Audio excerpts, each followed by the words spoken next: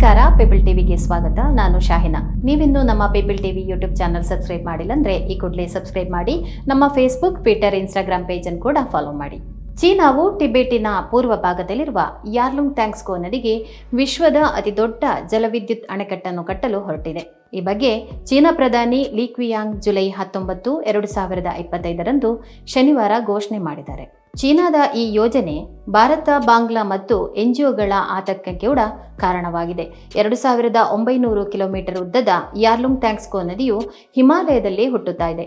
ವಿಶ್ವದ ಅತ್ಯಂತ ಆಳವಾದ ಭೂ ಆಧಾರಿತ ಕಣಿವೆಯ ಮೂಲಕ ಹಾದು ಹೋಗ್ತಾ ಇದೆ. ಒಂದು ಭಾಗದಲ್ಲಿ ನದಿಯು 50 ಕಿಲೋಮೀಟರ್ ಒಳಗೆ 2000 ಮೀಟರ್ ಎತ್ತರದಲ್ಲಿ ಇಳಿಯುತ್ತದೆ. ನವೀಕರಿಸಬಹುದಾದ ಇಂಧನ ಉತ್ಪಾದನೆ, ಇಂಗಾಲ ಹೊರಸೂಸುವಿಕೆ ಕಡಿಮೆ ಮಾಡುವುದು, ಟಿಬೆಟ್ ಪ್ರದೇಶದಲ್ಲಿ ಆರ್ಥಿಕ ಗುರಿಗಳನ್ನು ಸಾಧಿಸುವುದು ಈ ಸುಮಾರು $170 ಬಿಲಿಯನ್ ಯೋಜನೆಯ ಉದ್ದೇಶ ಎಂದು ಚೀನಾ ಹೇಳಿದೆ.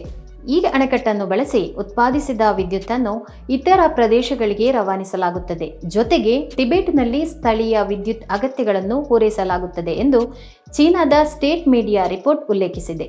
ಈ ಅಣೆಕಟ್ಟು 5 ಕಾಸ್ಕೇಡ್ ಜಲವಿದ್ಯುತ್ ಕೇಂದ್ರಗಳನ್ನು ಒಳಗೊಂಡಿದ್ದು ಪ್ರತಿ ವರ್ಷ 300 ಬಿಲಿಯನ್ ಕಿಲೋವ್ಯಾಟ್ ಗಂಟೆಗಳ ವಿದ್ಯುತ್ ಉತ್ಪಾದಿಸುವ ಸಾಮರ್ಥ್ಯವನ್ನು ಕೂಡ ಹೊಂದಿದೆ. ಇದು 2024ರಲ್ಲಿ ಯುನೈಟೆಡ್ ಕಿಂಗ್ಡಮ್ ಬಳಸಿದ ವಿದ್ಯುತ್ನ ಪ್ರಮಾಣಕ್ಕೆ ಸಮವಾಗಿದೆ. ಭಾರತ ಬಾಂಗ್ಲಾ ಕಳವಳ. ಯಾರ್ಲುಂಗ್ ಟ್ಯಾಂಗ್ಸ್ಕೋ ದಕ್ಷಿಣಕ್ಕೆ ಹರಿಯುವಾಗ ಅದು ಭಾರತ ಮತ್ತು ಬಾಂಗ್ಲಾದೇಶದಲ್ಲಿ ಬ್ರಹ್ಮಪುತ್ರ ನದಿಯಾಗುತ್ತದೆ. ಲಕ್ಷಾಂತರ ಜನರು ಈ ನದಿಯನ್ನು ನಂಬಿ ಕೃಷಿ ಮಾಡಿ ಬದುಕ್ತಾ ಇದ್ದಾರೆ. ಈಗ ಚೀನಾ ಈ ಅಣೆಕಟ್ಟು ಕಟ್ಟಿದರೆ 2 ದೇಶಗಳ ಜನರ ಬದುಕಿನ ಮೇಲೆ ಹೊಡೆತ ಬೀಳ್ತಾ ಇದೆ.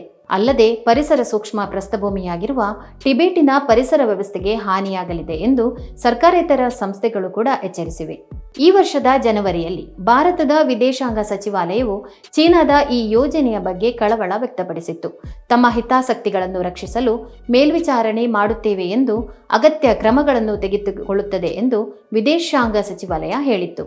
ಬ್ರಹ್ಮಪುತ್ರ ನದಿಯ ಕೆಳಗಿನ ದೇಶಗಳ ಹಿತಾಸಕ್ತಿಗಳಿಗೆ ಅಪ್ಸ್ಟ್ರೀಮ್ ಪ್ರದೇಶಗಳಲ್ಲಿನ ಚಟುವಟಿಕೆಗಳಿಂದ ಹಾನಿಯಾಗದಂತೆ ನೋಡಿಕೊಳ್ಳಲು ಚೀನಾವನ್ನು ಭಾರತ ಒತ್ತಾಯಿಸಿತ್ತು.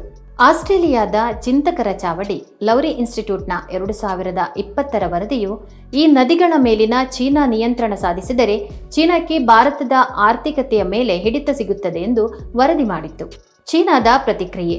ಯಾರ್ಲುಂಗ್ ಯೋಜನೆಯಲ್ಲಿ ಎಷ್ಟು ಜನರು ಸ್ಥಳಾಂತರಗೊಳ್ಳುತ್ತಾರೆಂದು ಚೀನಾದ ಅಧಿಕಾರಿಗಳು ಹೇಳಿಲ್ಲ. 2024ರ ಡಿಸೆಂಬರ್ನಲ್ಲಿ ಚೀನಾದ ವಿದೇಶಾಂಗ ಸಚಿವಾಲಯವು ಈ ಯೋಜನೆಯು ನದಿಯ ಕೆಳಭಾಗದ ಪ್ರದೇಶಗಳ ಮೇಲೆ ಯಾವುದೇ ಋಣಾತ್ಮಕ ಪರಿಣಾಮ ಬೀರುವುದಿಲ್ಲ ಎಂದು ಹೇಳಿತ್ತು. ನದಿಯ ಕೆಳಭಾಗದಲ್ಲಿರುವ ದೇಶಗಳೊಂದಿಗೆ ಕೂಡ ಮಾತುಕತೆ ನಡೆಸುತ್ತೇವೆ ಎಂದು ಕೂಡ ಹೇಳಿತ್ತು.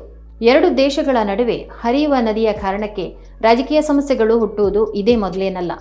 ಈಜಿಪ್ಟ್ ಮತ್ತು ಇಥಿಯೋಪಿಯಾ ನಡುವೆ GERD ಅಣೆಕಟ್ಟಿನ ವಿಚಾರದಲ್ಲಿ ಜಗಳ ಕೂಡ ನಡೆಯುತ್ತಾ ಇದೆ. ಏನೇ ಆದರೂ ಬ್ರಹ್ಮಪುತ್ರ ನದಿಯ ಮೇಲೆ ಚೀನಾ ಅಣೆಕಟ್ಟು ಕಟ್ಟುವ ಮೂಲಕ ಪರಿಪೂರ್ಣ ನಿಯಂತ್ರಣ ತೆಗೆದುಕೊಂಡರೆ ಅದರಿಂದ ಭಾರತ ಮತ್ತು ಬಾಂಗ್ಲಾದ ಮೇಲೆ ಪರಿಣಾಮ ಬೀರಲಿದೆ. ಯಾರ್ಲುಂಗ್ ಟ್ಯಾಂಗ್ಸ್ಕೋ ಅಣೆಕಟ್ಟು 2030ರಲ್ಲಿ ಪೂರ್ಣಗೊಳ್ಳುವ ನಿರೀಕ್ಷೆ ಕೂಡ ಇದೆ. ಇದು ಈವರೆಗಿನ ಸುದ್ದಿ. ನಿರಂತರ ಸುದ್ದಿಗಾಗಿ ನೋಡ್ತಾ ಇರಿ ಪೀಪಲ್ ಟಿವಿ.